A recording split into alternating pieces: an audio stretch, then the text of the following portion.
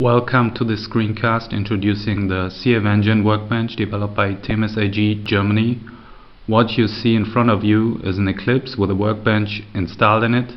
It's a snapshot taken from our development labs. The first thing I do is to check out some files from our subversion.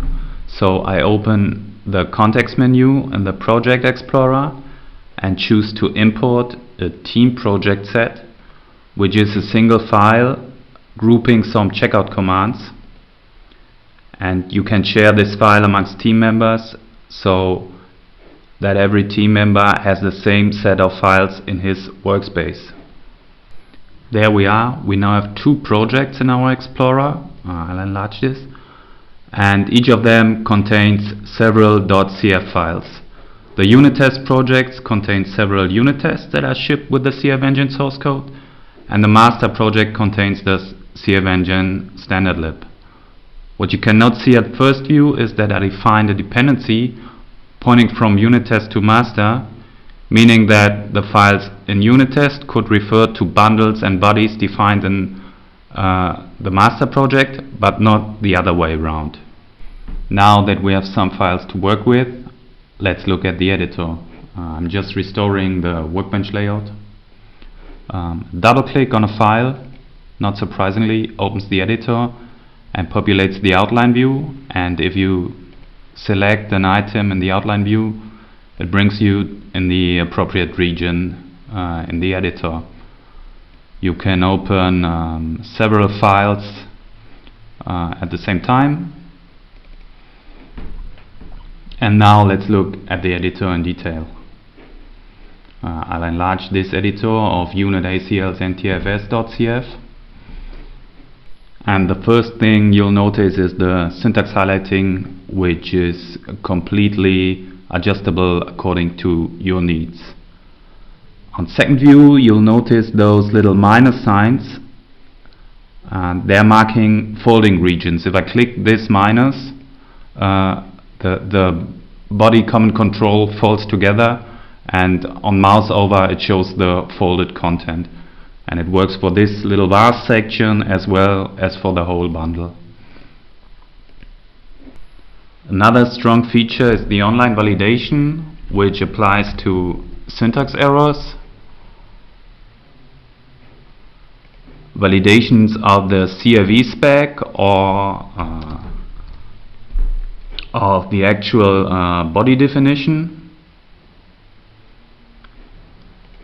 And you can add your custom checks too. Let me just add some parameters to this bundle, and I added a custom check just as an example. So I save that file and restore the workbench layout, and you'll see the problems of all files in our workspace listed in this problems view.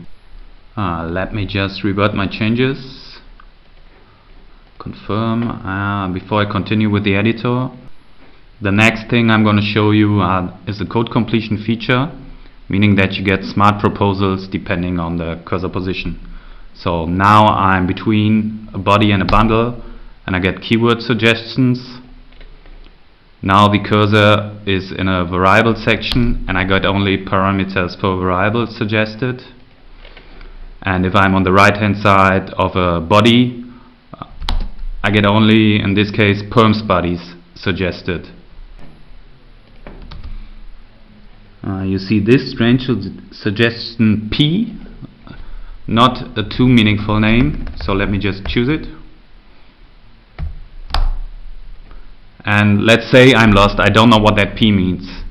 If I go with the cursor over that P, I get a hover, and it explains to me that this body P is defined in file unit fileperms.cf, and I even see the actual definition of that body in the hover. And more than that, I can navigate and open that file. If I hit the control button, this P turns into an hyperlink, which allows me to navigate to that particular file.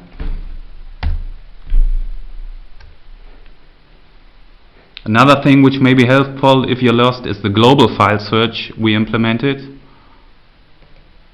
So let's say I want to search only bundles starting with an A or too much ACC. There are several access routes bundles residing in all those unit test files, and selecting one opens the belonging file.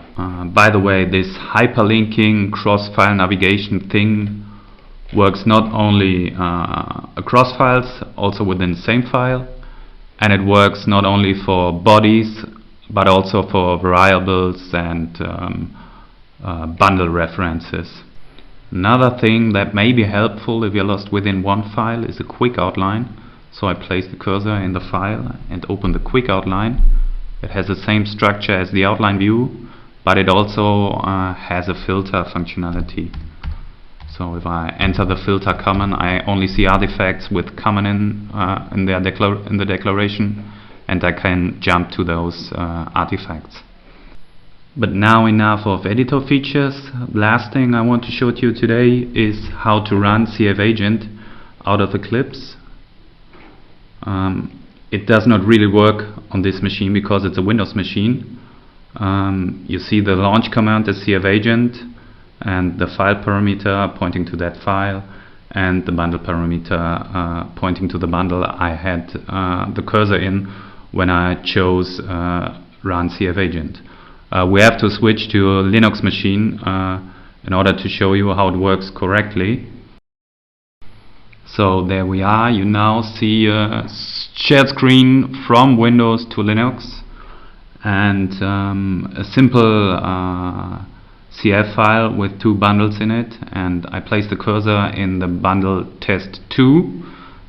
Even though the bundle sequence says please run only bundle test, if I have the cursor within test2 and choose run as CFEngine, it runs the test2 bundle, and Eclipse kept the run configuration in mind. I can change it afterwards and say please the next time run the bundle sequence test2 in verbose mode. And if I run it again, it runs it, and you see all the CFEngine verbose output. So that was it. I hope you enjoyed this screencast, and I'm looking forward to your feedback. Thank you.